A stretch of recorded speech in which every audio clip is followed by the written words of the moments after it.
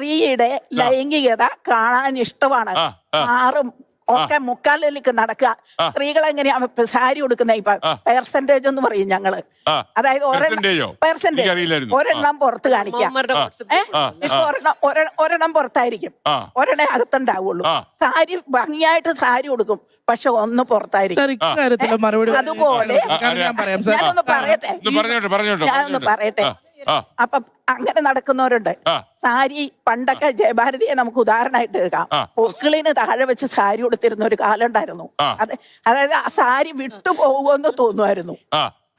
പക്ഷെ അന്ന് അത് ആസ്വദിച്ചിരുന്നു. പക്ഷെ ആ ജനറേഷന്റെ അത് സിനിമയാണ്. ഞാനിപ്പോ പൊക്കിളിന് ഒരു സ്ത്രീ തന്നെ, ഞാൻ ഈ ഒരു അമ്മയുടെ വാക്ക് കേട്ടിട്ട് തന്നെയാണ് ഈ സംസാരിക്കുന്നത്. ഒരു സ്ത്രീ തന്നെ എങ്ങനെയാണ് ഇത്രയും വികൃതമായിട്ട് മറ്റ് സ്ത്രീകളെ ഇങ്ങനെ അപമാനിക്കുന്നത്? ഞാനിപ്പോ ഈ ഒരു പ്രോഗ്രാമിന് വരുമ്പോൾ ഈ കുട്ടി ധരിച്ചതുപോലെ ഒരു സ്ലീവ്ലെസ് ബ്ലൗസ് ഇട്ടിട്ടാണ് വന്നത് എന്ന് വിചാരിക്കൂ.